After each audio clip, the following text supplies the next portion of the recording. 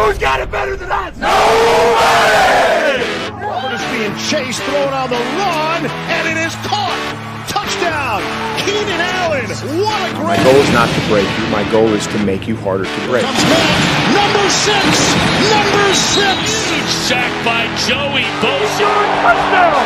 90-yard touchdown! Picked off at the 8-yard line by Derwin James. Sets his speed, takes a shot downfield, has Knighton. Caught! Touchdown! Chargers! Boys, grab your lunch boxes and go attack this day with an enthusiasm unknown to mankind.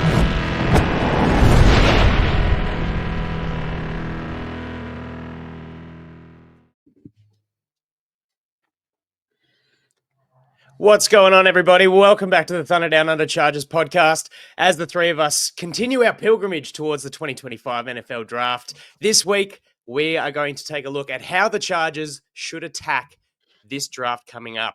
I will say no more, as I will let our man Jack discuss how we're going to break down today's show. Yes, speaking of pilgrimage, my day started today at about 3 a.m. by being vomited on, which was lovely. I've had 5 showers in the space of a number of hours. My poor daughter was a little bit sick this morning. So as new dads, I'm sure that you can relate as well. However, as Andy has said, we are on our way to the draft. And rather than look at mocks today, which we're going to be doing next weekend, and Andy, I'll leave you to explain that at the end of the show, we're going to look at some bigger philosophical questions. And I think that's really important at this stage, as we can get a little bit locked in and super focused on traits and how fast this guy runs his 40. But remember, there's got to be some sort of cohesion at the top level. And that's something that, as Chargers fans, before Ortiz and Harbaugh, we might not have seen as clearly. So I think it's a good time to take stock. We've had over a year of Harbaugh and Ortiz now, and let's try to unpack some of these bigger questions. Let's start with, I think, the sort of the topic of draft strategy and process. And the biggest question I think that most of us can have disagreements on, or have a strong philosophy, is this idea of, do you draft for need, or do you take the best player available? So is it need, or is it BPA? And does this change the later you go into the draft? Alistair, I'm going to start with you, because we've got some differing views on this. I think I do anyway. Yeah. Where do you sit? Are you best player available, or are you draft for need in round one? Or does it depend on actually where you're drafting in round one? How narrow are we going to get here? Are we going to dig to the utmost degree, or are we going to keep it general? I'll leave it with you. Well, I think there are 2 key points I want to make. The first one is, even though teams will always say that they pick best player available, that's what we're going to do. We're going to pick the best player available. It is impossible purely to draft best player available when you have needs and constraints from a roster perspective. For example, if the best player available on our board at pick 22 is Jackson Dart, we will not be drafting him because we have Justin Herbert. If our best player available is a premium left tackle, just as we're about to pay Rashawn Slater and we've drafted Joe Alt last year, we will not be taking Josh Simmons from Ohio State if we think that person is a pure tackle and cannot play guard in the NFL. So it's never going to be completely best player available. And the second point I'll make is, I'm not even sure that there is such thing as pure best player available when you're on the clock.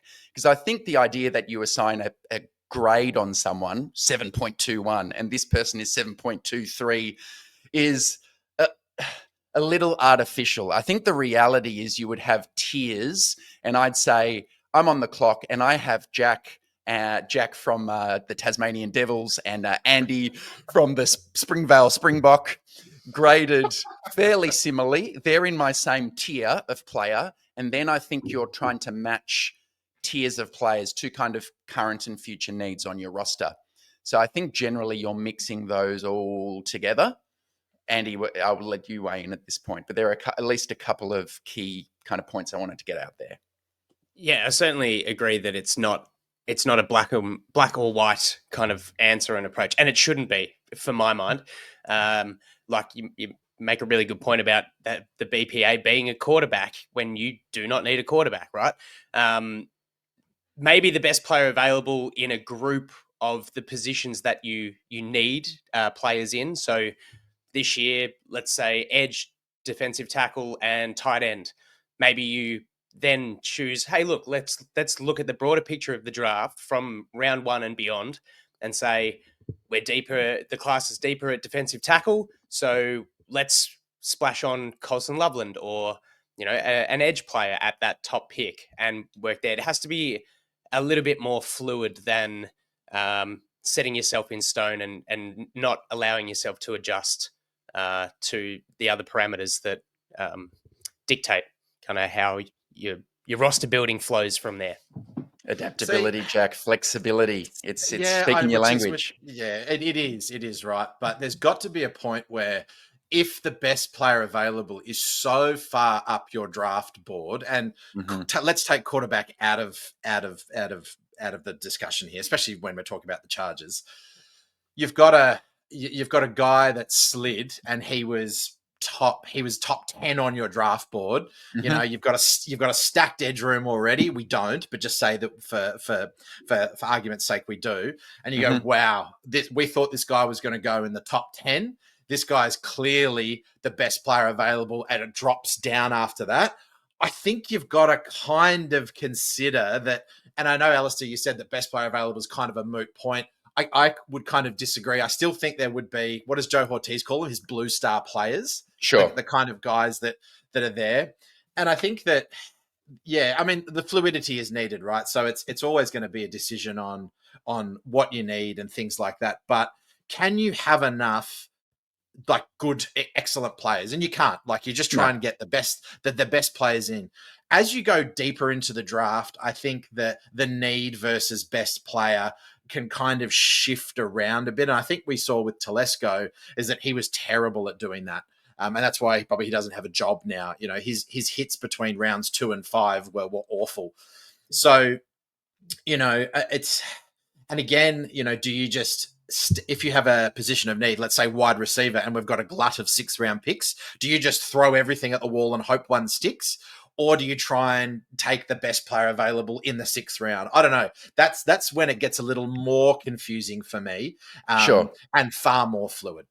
And I don't think what you said there was necessarily inconsistent with what I said at the start, because I think your first scenario there, what you have there is a tier drop. And you'd say, this person stands out in his own tier. That is where I agree. Even though you might be strong at edge, you take that premium edge, and then you can trade one of your current edge players, because don't forget you get the value of the rookie contract, a cheap contract. And the Eagles have done really well at that. They're not drafting for need. They might get ahead of a need by a year. They might know they've got a guy on their roster who will need to be extended on big money soon, so they will take that same position early in the draft.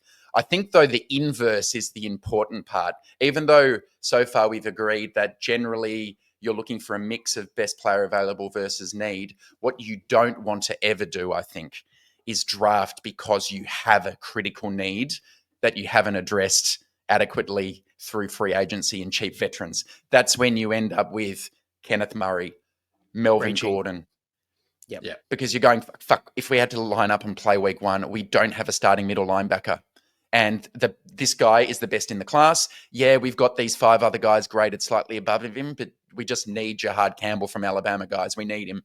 That's where you end up in big trouble and fired.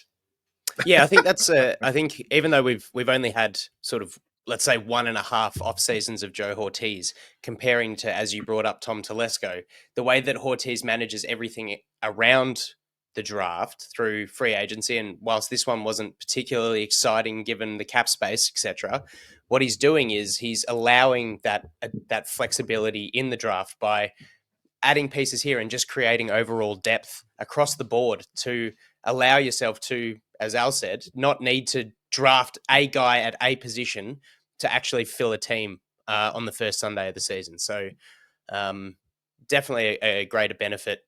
A more positive situation that we find ourselves in now with who we've got at the reins compared to what we have, and I think that's why the the approach and the mentality heading into the draft is a lot different to what it has, and it might be it's a nice shock for Chargers fans, really, isn't it?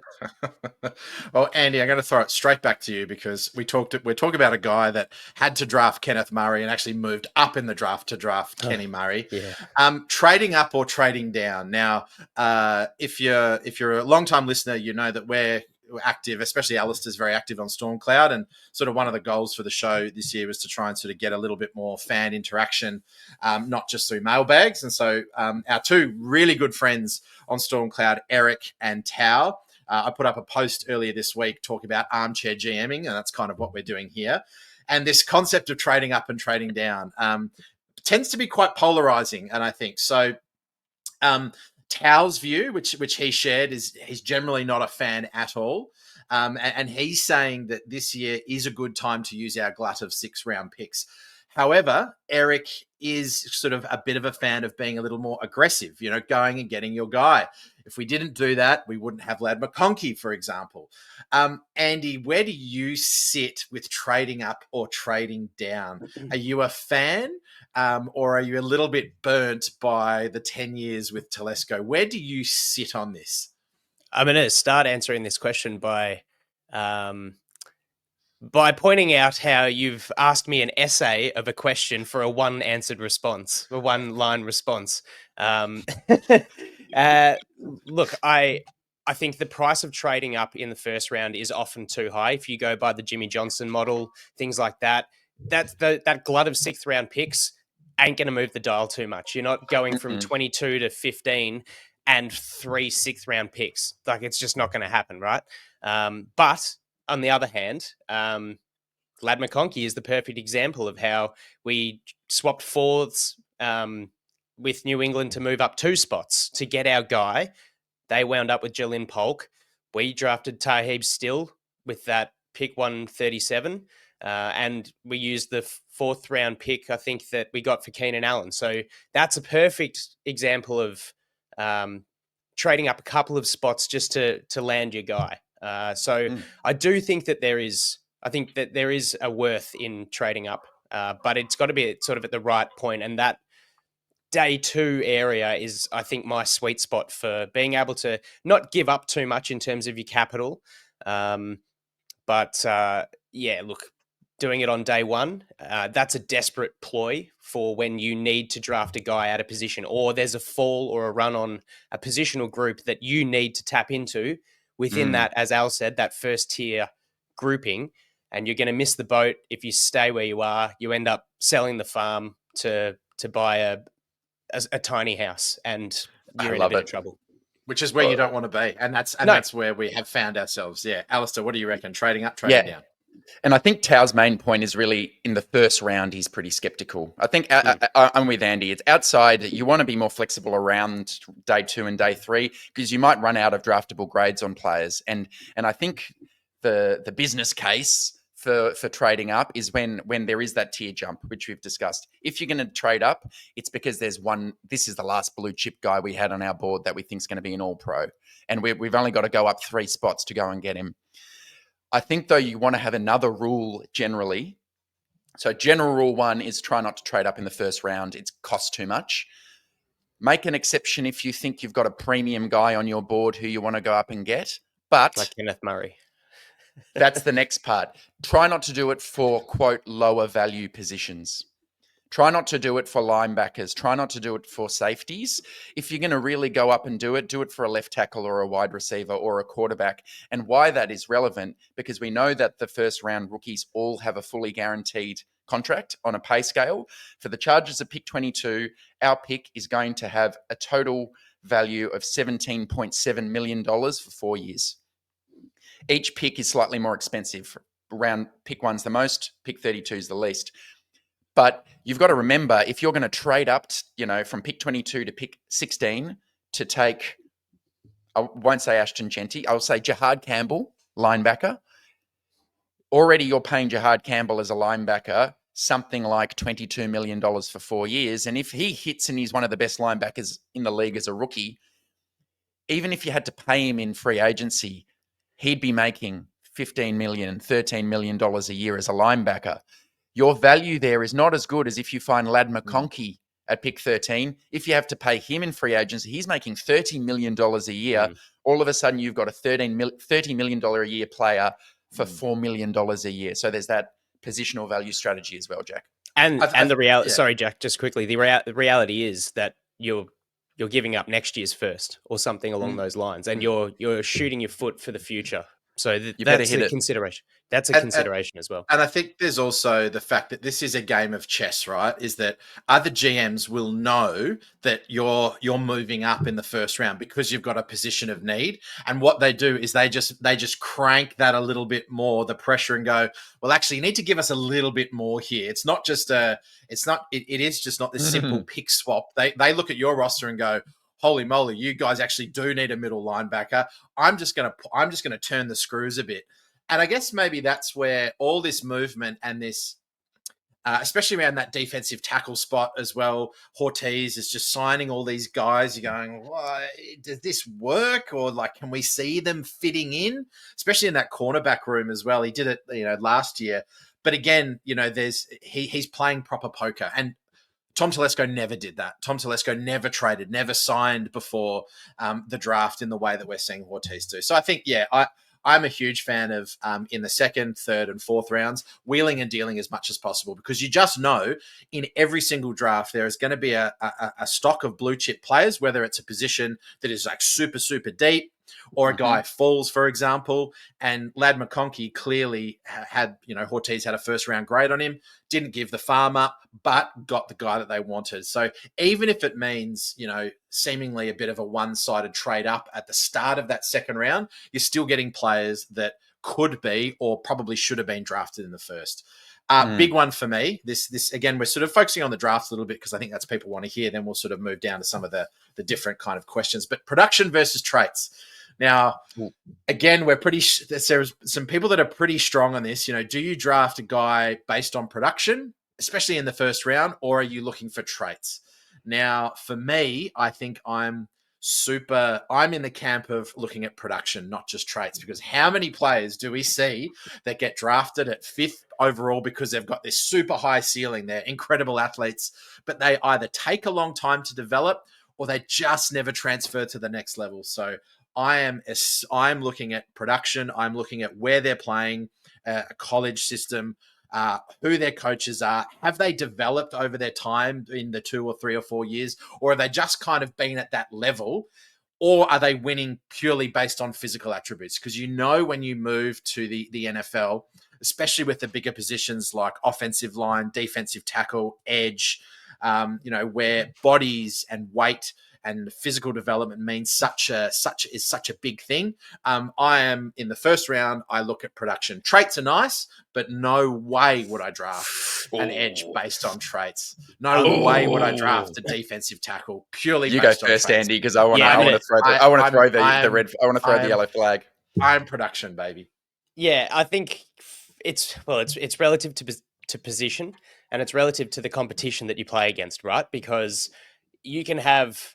And look, to be honest, I'm going to go against my point and say that Quinion Mitchell was like a perfect example last year. Intercept machine, played at Toledo, smaller school, lesser competition. So you can go, oh, he's got the production, but was he playing against good competition? And it didn't matter for him. He was one of the sort of outliers where he's clearly going to succeed. Had a good rookie year. Great athlete too. That's why. Great, yeah, true. So you're right. He had the traits and the production. So if you're blowing out, I can't even breathe. Like if you're blowing out teams playing for Old Dominion, is that going to be Stone Smart? He's from Old Dominion. Stone Smart. There you go. Or William and Mary or something like that. If like a smaller school, if you're blowing out opposition, are you actually at the top? Why weren't you playing for an SEC team or a bigger school? What do you lack? Things like that. So while production is a good thing, it's a marker, a beacon. If you are in a big school in a successful environment and you're performing well, you need to have the traits as well. You need to have the ability to perform and succeed irrespective of who you're playing against. So not just the production, but it's got to be a combination of the both, if not outweighed by the traits, I think. And I think that's a caveat, listeners, for Gray Zabel in this year's draft, who's being mocked to the Chargers frequently, who played left tackle for North Dakota State, lower level of competition. The question is, does he have the traits, or how does that project when he's playing in the NFL? That's a big jump in competition. He looked really good in the Senior Bowl, so that's a tick. But if you're a little bit worried about the risk profile of Zabel at 22, it's because, like Andy said, he played at that smaller school. Jack, I'm a production guy. For the last three classes, though, as I watch more and more tape, make more and more lists and projections and see how they go in the NFL, what I'm learning is you need to have different approaches for different positions. And I think, you need a minimum level of athleticism for certain positions, but some specific positions, you look at certain traits as imperative. We've just discussed corner, where depending on what coverage system you run, if you're going to be bump and run, press bail, you need to be able to run a 4-3 or a 4-4, or your likelihood of making it at the next level, there's maybe 4 guys who've been good in 15 years who can't run a 4-3. One I want to talk about and have learned a bit about is the way I view pass rushers now is changing a little bit.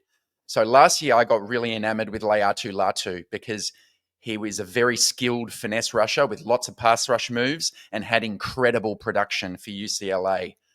The red flag on his profile was, how does this guy convert speed to power? Does he have the athleticism and strength to be powerful? And his rookie year, he did actually struggle a bit. I think he'll get there, but I think when you jump to the NFL as a pass rusher, you need to be able to win with a bull rush, because you'll come up against a guy who's big and wide enough that you're not going to get around him with cross chops or a speed rush, and he's just going to sit there and hold you if you don't have the power. And you look at a guy like Jared Verse for Florida State, who I thought, maybe you're a bit boring. You're just a power rusher. You're bull rushing everybody. He came into the NFL and he did exactly that. And he was able to make that next step. So listeners, in this class, I have been low on Shamar Stewart from Texas A&M because his production is really low, but his power is extreme. And I think the NFL sees that guy and thinks, amazing athlete with power, I can coach him up. Whereas a guy like Donovan Ezeraku from Boston College, who had 16 sacks, I watched him and he's 6'2", and the way he wins is very finessey and based around skill. But whenever he tries to bull rush a guy, you see he gets stuck on tackles. So that's a bit of a tangent, but I think it is position specific, Jack. And certain positions, I think production is more important. Others, athleticism is a bit more important for me. Okay, here's where I stand, is that with production, you generally have traits, but with traits, you don't necessarily have production. So that's where I sit. So I would always go with production over anything traitsy, especially in the first. If we're talking first round, there are GMs and there are teams that take flyers on guys that have this incredible upside physically. Now, the other thing that you've got to consider is how stable are your positional coaches. All right. A head coach doesn't develop players. They do. They create the environment that allows that to happen. Such a good point, Positional Jack. coaches are the guys. They're the guys that are going, okay, I'm working with this player day in and day out. It's not your offensive or defense coordinators either. It's the guys that are with them working on their technique. Now, if you think that your positional coach, you've got one of the best offensive line coaches in the league, and you go, all right, we're going to take this guy. He's a physical beast. He's huge. He's a Mekhi Becton type. And he's going to need this. He's going to need work here, work there. We think that in 2 years we can develop him. If you're just falling in love with the traits and you don't have any coherence or connection all the way down from that GM position to your head coach, to all the way through your coordinators, all the way down to your positional coaches, then I think you're gonna fail miserably. And I think that's where you talk about the entire organization being on the same page. But again, the fail-safe would be production. That's where I love that point. And that's as a GM, and maybe Telesco got stuck on this, you need to know your coach's strengths and weakness. Are they the type of coaches who want veteran guys who are ready? Or are they skilled enough, as you said, Jack, to really draft and develop these guys? And so far for the Chargers, I think we should be quite confident that, especially on the defensive side of the ball, We have the coaches who can develop. If you guys don't mind, I'm going to use that as a way to bring up one of the other questions, because this question of development is very relevant to a position that a lot of Chargers fans want the team to take at pick 22, defensive tackle. And for the viewers on YouTube, I've got a little aid memoir, so you can see what I'm talking about as we go. But for the listeners on audio, I'll explain. So this class, where we draft a pick 22, should be at least 3 defensive tackles who are pretty high up on a lot of people's boards. Derek Harmon from Oregon, Walter Nolan from Ole Miss, Kenneth Grant from Michigan. I think Mason Graham from Michigan is going to go in the first 10 picks. But what I had a quick look at are defensive tackles who've been taken in the first round over the last 6 years. Is this a position that you can expect immediate returns when you take them, including a pick 22? And what I used as a proxy was, how long does it take a defensive tackle taken in round 1 to get a PFF grade of 70? 65 for PFF is just average. 70, you are a low-end good player. So how long does it take until you get a guy who you think is going to be a star and is at least kind of good in the NFL? Maybe unbelievably, of the last 6 draft classes, out of the 15 defensive tackles taken in round 1, only 3 of the 15 had a 70 PFF grade as rookies. That is a hit rate of 20%. And they were Dexter Lawrence, Jordan Davis, and Jalen Carter. I then looked how many of them get there by the end of year 2. It's only another 2 of those 15 players. Quinnen Williams and Jeffrey Simmons in year 2 hit 70 grades. So still 1/3 only of defensive tackles drafted in the first round by the end of their second year are a good player. And then if you look at by the end of year 3, you're more like your average first round hit rate. 8 of the 15 by the end of year 3 have finally got there. We're adding in Ed Oliver, Christian Wilkins, and Derek Brown. I should mention Jerry Tillery, one of the picks who qualified here. Still not there? Still hasn't got there? Yeah, at the end of 6 years, he still ain't there. Yeah. So what I take from this, so Chargers fans, and I've got to reevaluate, because Derek Harmon would be one of these guys where if we take him, I think I would be thrilled. But so who are the 3 guys who are really good in year 1? It was Dexter Lawrence and Jordan Davis. So we're looking at 340-pound nose tackles who came in and they were really good in year 1. And the one guy who was a freak in year 1 who was a bit lighter was Jalen Carter. He's more like your Derek Harmon, 6'3", 315 pounds. But also the caveat there, Alistair, is that both 2 of those players are going to the Philadelphia Eagles, which have a clear philosophy, a clear team, a clear defensive mindset philosophy. So I think that's something to take into account as well. Do you think Jesse Minter and the Chargers are not developing that clear mindset and philosophy? And Mike Olson's a great defensive line coach. Oh, absolutely. I think it is. But when the proof's not in the pudding yet, Philadelphia obviously. Yeah, that's the thing, because I look at some of these. I look at Christian Wilkins, Dexter Lawrence, even Quinnen Williams, Jeffrey Simmons. They're going to teams that are not particularly strong. Mind you, I mean, Jeffrey Simmons played in some pretty strong Tennessee teams. Yeah. But, the Giants have been fairly average for quite a while, and the Jets are the Jets. So, yeah. And the ones who hit a higher picks as well. So don't forget, they're top 10 picks. Yeah. Yeah. Who taken in the 20s, taken in the 20s has really hit. Look, the guys who've been taken in the 20s, Jerry Tillery, Devontae Wyatt, Kalijah Cansey, Marzi Smith, Brian Brzee, all massive disappointments so far in their careers. So just listeners, that's something I wanted to share. And if you look at the profile of the guys who will be on the board, you've got Harmon, who's more like Jalen Carter in his body type. Walter Nolan, I'd be really worried. He's 296 pounds. That is in that Kalijah Cansey zone, who still hasn't hit yet by the end of year 2. But he had the traits to be Aaron Donald, so we drafted him. Exactly. But if you want Kenneth Grant, the 333-pound, 6'4" guy, just know Jordan Davis and Dexter Lawrence, they did hit and they were his size. So I'll move on to, you guys can move on to another question. Just quickly, before you move on, just humor me and the fans. Why with Mason Graham's physical profile, why is he sort of so far ahead of the rest of the pack? You're banking on him being an outlier because you watch the guy's film and it's outstanding. You just like he's a guy who it doesn't really make sense. He's got short arms. He's only 296 pounds, but he holds up to every double team. He's a run defense animal with like a run defense grade of 90. You just don't see him fall over. You just see he's strong as an ox. And as a pass rusher, he's just got like these wicked swim moves where he finds his way into the backfield. But maybe that is a red flag, Andy, because you don't see a lot of bull rush wins from him. He's got these smaller arms. He does rely on swimming around and bending around offensive linemen. Maybe for the team who takes Mason Graham in the top 10, this data is telling you there's a real risk here that this guy's not producing in his first 2 years in the NFL. Yeah, you're kind of sounding like a guy that's the water through the cracks, right? And when you're coming up against NFL centers and guards that are bigger guys, bigger double teams, it's not that easy to sort of swim through and get to the quarterback. So not every guard's Zion Johnson. So if you build a team of outliers, you have an outlier team. So be careful taking too many. Hey, Mason Graham's, he's the exception. I'm going to get this exception that breaks the rule. You don't want too many exceptions. It's such a jump, isn't it? Especially with the physical, Andy, you're talking about the physicality of them. It's incredible to think that, you go from sort of the college system, that is elite, right? You've got the best players in the country, and then you sharpen the tip of the spear even more when you move to the NFL.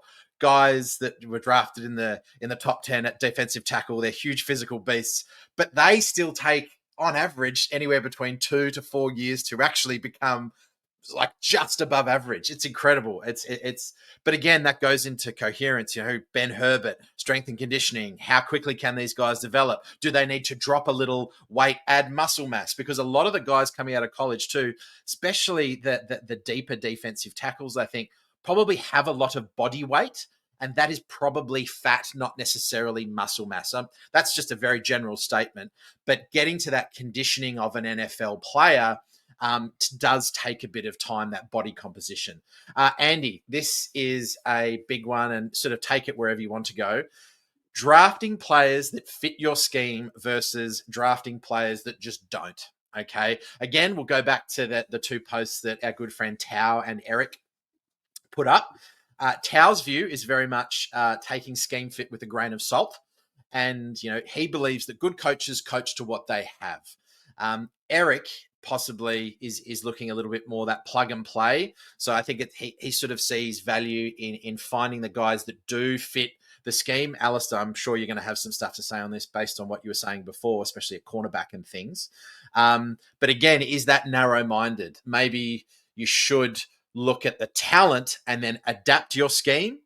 Or do you look for the scheme fit of your guy because you're kind of seeing your defense as a whole? Another essay question, but to be honest, the last time I gave you one, you did a really good job. So have faith, sir. Have faith. One gold star to Andy. I'll take it. This one, not to sound like a fence sitter, but I think there's got to be a little bit of fluidity to the approach of this as well. We know on offense what Greg Roman does and does not do.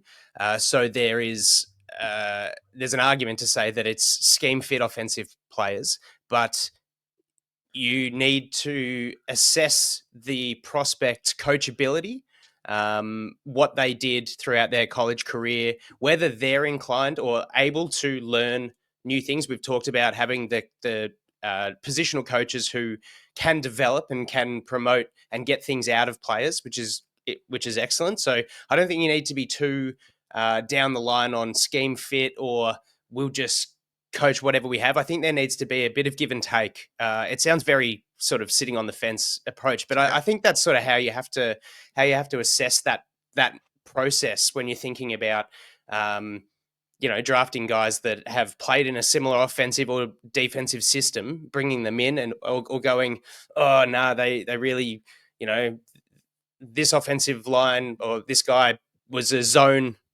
mauler or whatever, and we go gap. Like, does he have physical traits that could translate into a more gap heavy approach to blocking and the more athleticism in a guard or something like that? So I think you need to be a little bit more fluid with the approach to a scheme fit and altering your identity as a offense or defense. With that approach. Andy's nailing it out of the park today. He's had a busy week at work, but it has not impacted the quality of his views so far. We're on the same page. I'm going to try and use a tangible example to Is that 2 gold stars? to 2 gold stars to tease out that discussion. It's what we said before, Jack. As a GM, you must know your coaches, what they're good at and what they're not. And I think you need some flexibility to say, if a guy has never played in a certain system, it doesn't necessarily mean that player can't play in a different system. Maybe the player has the physical attributes that would be able to operate in a different system. But that's different to saying, can my coaches use this player? I think you need to know what your coaches have been brought up on and what they haven't. So my tangible example is the Seattle Seahawks have just hired Clint Kubiak as their offensive coordinator. Mike McDonald's gone, I want Clint Kubiak as my OC. Clint Kubiak's a guy who has learned football from his dad, Gary Kubiak, and worked under Mike Shanahan and the outside zone system. So he is used to a lot of outside zone runs, a lot of play action boot, and all the coaching development he's done for years in his life. He probably has this rich play call sheet for every play action pass you want to run off boot action. He might have 50 of those, but he knows what he likes to call and what he doesn't like to call. So, I mean, you can't then say to him, hey, Clint, we're going to draft Tyler Booker at pick 15 because we have a needed interior offensive line, and we're going to give you this guard who can't move horizontally, and we're going to expect you to call more gap runs. We're going to expect you to call more halfback dive and counter and power. And sorry, mate, make it work. You're not setting your coaches up to succeed. So, Jack, I've just been saying coaches are a product of their own training, and their playbook is going to have certain things they're good at: spread offense, play action, boot action, certain things they're not. So you can't just say, sorry, Coach Jack, our best player available on the board is Tyler Booker. He's really good at the stuff that you never like to call and never have called in 15 years in your life. Make it work. So I think you've got to walk that tightrope. They're the fundamental breakdowns of a cohesive organization, aren't they? Where they go, we like him, you've got to do this, but you might not be able to do it with that guy, and make it work. Are there positions though where it doesn't matter? It doesn't matter what scheme that you have.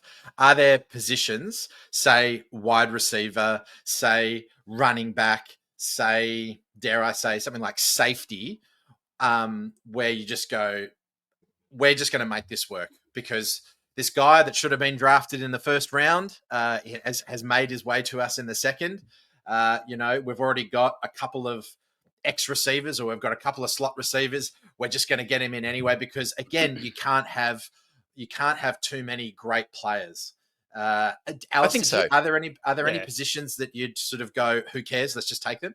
Yeah, not who cares, but maybe wide receiver and tight end, running back sort of. I still think there are running backs who are good at certain things. Yeah. So let me put you on the spot then. Is it more valuable? Sorry. Is it more prominent to draft a defensive player from college as a scheme fit than it is on offense? Question. I think it's. I wouldn't go bright line offense versus defense, which is easier and which is harder, because I think corners are a little bit scheme specific. I think running backs a little bit scheme specific. Offensive linemen a little bit scheme specific. Defensive linemen, I think generally you kind of plug them within reason, and it's still rushing the passer. I think linebackers, within reason, you've got a spot drop in coverage or you're coming downhill. I know there are variations here, but wide receivers, if you're a well-rounded wide receiver, I think you're going to work well, whatever the scheme. You're going to be able to get open. You're going to have good speed. So I think it's position specific, Jack. Interesting. Yeah. Wide receiver is one of those ones where you've typically got a group of guys on the field, and you'd like to think that the way that you've developed, crafted that group is that you've got guys who can do a little bit of everything rather than having 3 guys on the field that are just speed guys, right? So you can kind of have a have your moments where you find a way to work them in and make them achieve things. Well, here's an example. Greg Roman, we're a bit worried that he's not great at scheming people open through his scheme. You could take that and decide, we'll get a wide receiver who's actually good in contested catch situations down the field because no one's going to get open and Herbert's going to need to chuck it to someone who's covered.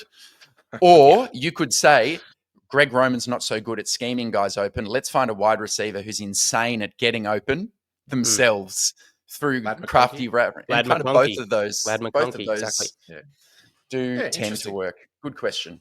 All right. I reckon we've got probably maybe one more until we go to some quick fire. Alistair, this is obviously very prominent for the Chargers in our first round at the moment. The other one was running back versus offensive line value. Do you take running backs in the first round? Is this something that we're now moving back to all of a sudden because we've got this seemingly extremely deep draft? And if listeners and viewers, you watched last week, the guilty as charged were very, very hot on having a super deep running back draft. And we've obviously got the Genty, however you pronounce his name, question. Or it's actually G and T. G&T. I might need to. I'll be having a few if we draft him on draft night. I tell you what. Okay, so why? Is it? I guess again we'll go back to our two favorites, Eric and Tao. Tao would say that running backs have no flexibility if they bust. What does a running back do if they're no good? Offensive line, you can go. They didn't work out at tackle. You've got a Mekhi Becton to come in and go, hey. We can actually play him at guard. So there's a little more positional flexibility. A tackle doesn't work out starting, but can actually be a really good backup piece. Whereas a running back, it's not working. What happens? That's kind of it. So it's fly to the abyss of special teams, right? Well, yeah, even if that. So if we draft a running back, should we be overly excited or should there be some trepidation? This has been said before, so it's not my own thought, but I agree with it. The idea is running back success generally is a product of offensive line play within reason. The great running backs get that bit extra. So the offensive line has created yards before contact, but then you've also created extra. If your offensive line is porous and hopeless, you're maybe wasting a Saquon Barkley who's going to be spinning around like the Tassie Devil in the backfield. He'll make two guys miss, but he'll still only get 1 yard back to the line of scrimmage, which is what he did for the Giants. Vis-a-vis, he goes to the Eagles. They've got a great line, and you can see what that means. I'm going to whip up another image just to kind of speak to the O-line. But last year we're now seeing it come full circle that everyone's focusing in again on the trenches to really catapult your running game. Because for the audio listeners on the screen, I've got where each of the playoff teams' offensive lines ranked per PFF in pass blocking first and run blocking second. This story on the screen actually shows there's a number of different ways you can go to have a successful offense, because the Eagles, who won the Super Bowl, they were the only team in the playoffs who had top 10 pass blocking and run blocking offensive line units. Then you've got a team like the Commanders, who had a top 5 offense all year, made the championship round. They actually had a bottom 12 pass blocking unit and a bottom 12 run blocking unit, which really highlights how impressive it was what Jaden Daniels did behind that type of offensive line. Watch them come to earth. Watch them come to earth. That's all I can say. Anyway, it's one of Jack's sneaky predictions. But so I think what we're going to see this year is, because the Eagles were the only team of the playoff teams who ranked top 10 in both of those metrics, they'll think what we need to do is build this amazing offensive line. And I think that is the way to go. For the Chargers, who last year had a number 12 ranked pass blocking unit and a number 21 ranked run blocking unit, the question is, putting Mekhi Becton at right guard, getting Andre James as a center, is that enough now that you feel confident that your overall offensive line is so good or good enough that by taking a running back at 22, whether it's a Murray and Hampton or it's a trade up for Genty or it's someone else, are you going to get the most out of them behind this line? Is now the time to strike? And I'll pose it as a question, Andy. Do you think the Chargers are set up for success with our offensive line, that we can plop in a running back and it won't be Najee Harris as a first-round pick for the Steelers wasting 4 years of carries behind a crappy offensive line. Do I think currently we're set up for that? I think I'm not convinced well enough yet to say, yep, our offensive line is in a position where we can churn and burn running backs and just plug and put a new guy in and do that. I think as disappointing as some moments were in the run-heavy scheme last year, I thought coming off an injury, J.K. Dobbins did incredibly well, considering that the interior was as porous as it was. I think that will improve, and I'm hopeful that Najee has a career year, really, coming into this situation. So I guess to double back onto the question of drafting a great running back over an okay offensive line, I tend to side with Tau with the positional flexibility of drafting an offensive lineman. And I don't want to discredit the position because I think it's an incredibly valuable one, but running back is one of those ones that you can relative, to this goes back to the scheme fit discussion of a running back who are good at, running, getting out in space and that speed or missed tackles force, things like that. I think you can kind of plug and play running backs a little bit more. And Nick Chubb's a if that second answers your rounder. question. Jonathan Taylor's a second rounder. I mean, you can find really, really good running backs outside of the first round. Yeah, So- and you talk. Look, it's going back to the old the age-old argument about drafting running backs in the first year, unless they are like a Genti or a Bijan. It's a generational talent because it's a position that is getting hit so much, right? That there is a shelf life for these players. So you want to get them young. We talk about the tread on the tire or lack thereof. I believe that it's the business decision with that position is to churn and burn. Get what you can out of them, rotate them back in, find a diamond in the rough, get a J.K. Dobbins that's, sure, he's got the injury history, which I don't know if we'll get to the discussion on injuries and things like that, Jack, but less kind of more tread on the tires because he has actually played less. It's just the tires got a little bit of a spot puncture, a slow leak, if you will. Welcome to the car podcast. The auto Mnemonics, the Mnemonics podcast. Okay, let me sort of finish this discussion. How long has Howie Roseman been at the helm in Philadelphia, and how long have they had that philosophy of offensive line, defensive line? We'll go from there.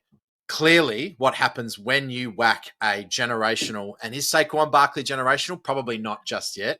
A extremely talented running back behind a line like that, you can see what happens. You go and win a Super Bowl. However, they've always had running backs that tend to go okay. My issue with drafting for the Chargers in this very moment in time is that we've had less than 2 years. I'm not convinced with Becton and James that you can just plug in a decent guy, even if it's in the second round, that there's going to be production there. I still don't think it's clear enough. Mm-hmm. And weirdly enough, I also want to hit on is that, I'm looking at this rank here, Alistair, 12th passing block, and is that 21st run blocking? Yes. Is that I'd like to see that the gap possibly close. Perhaps I sort of think that maybe with better run blocking, the passing game works, and they're so connected. But what sticks out to me incredibly is teams like the Rams and the Steelers, especially the Rams, 30th for pass blocking, but 6th for run blocking.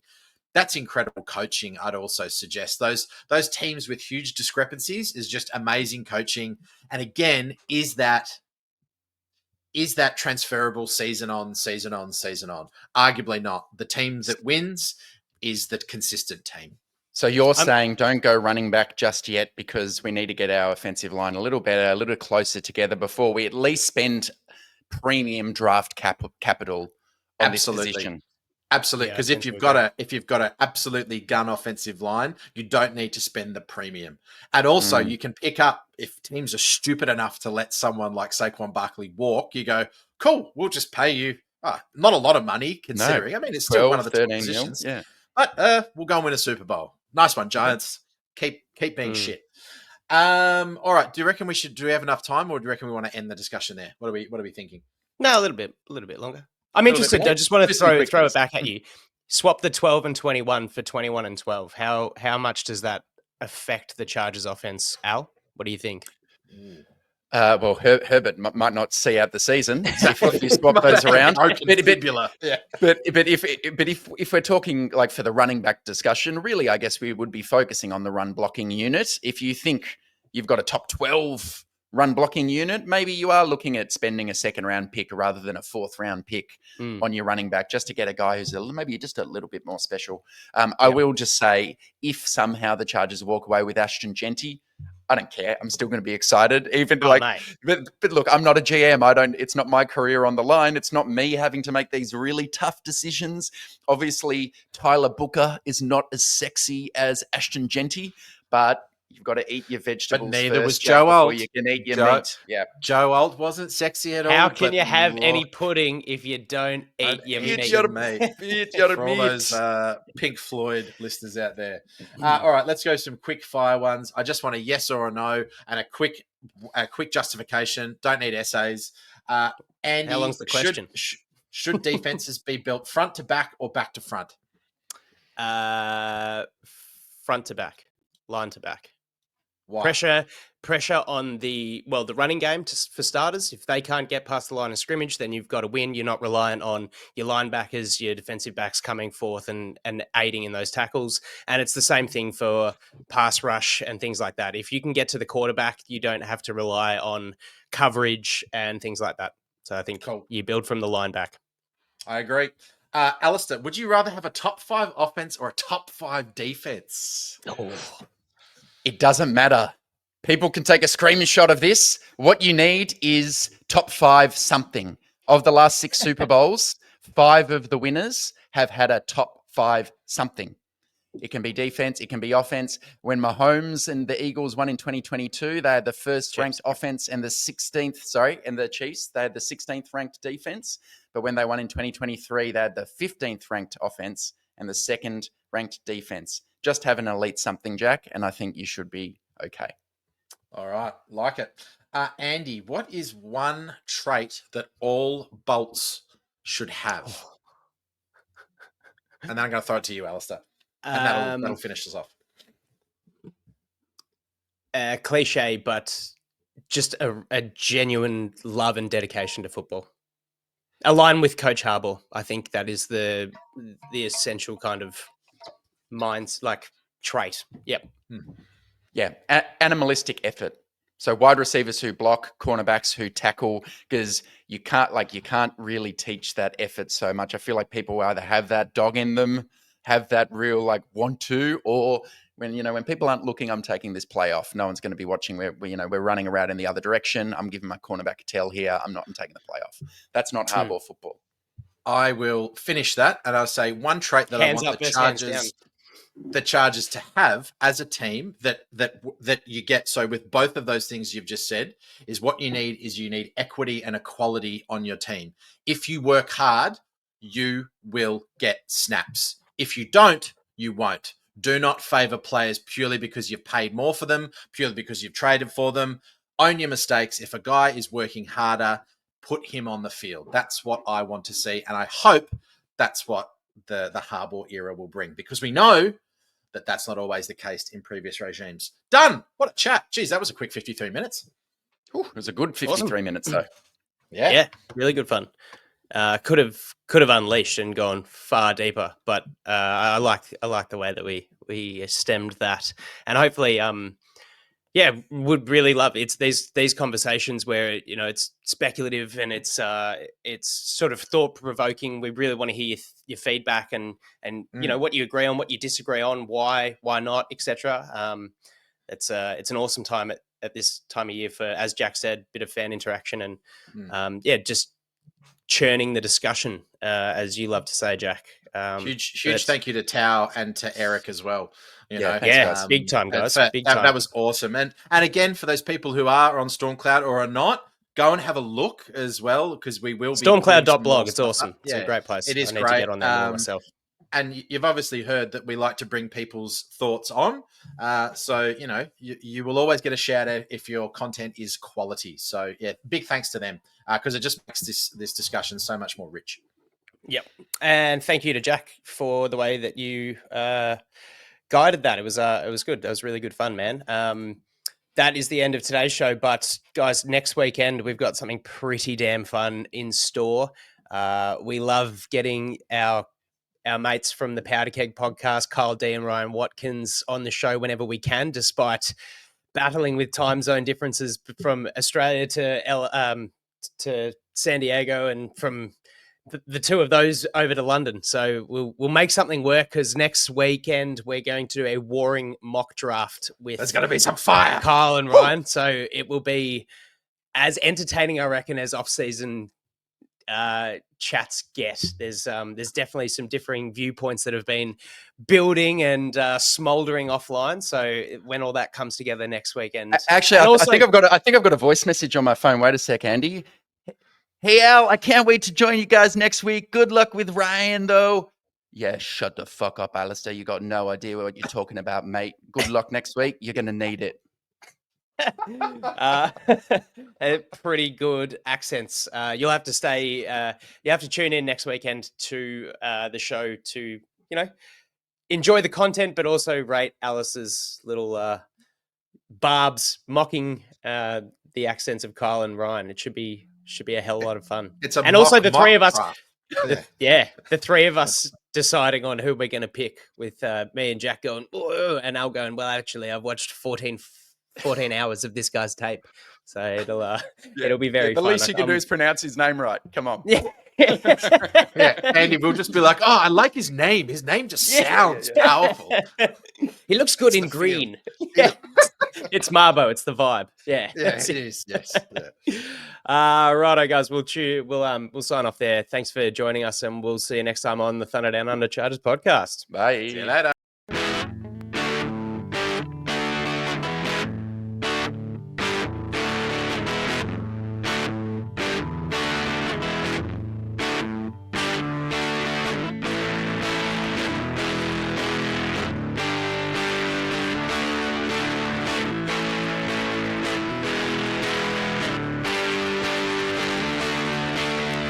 Rivers backpedals, looking, firing. He's got Floyd turning. Got it! Zigzag, 10, 5, high step, touchdown! San Diego! Good night! Good night to all!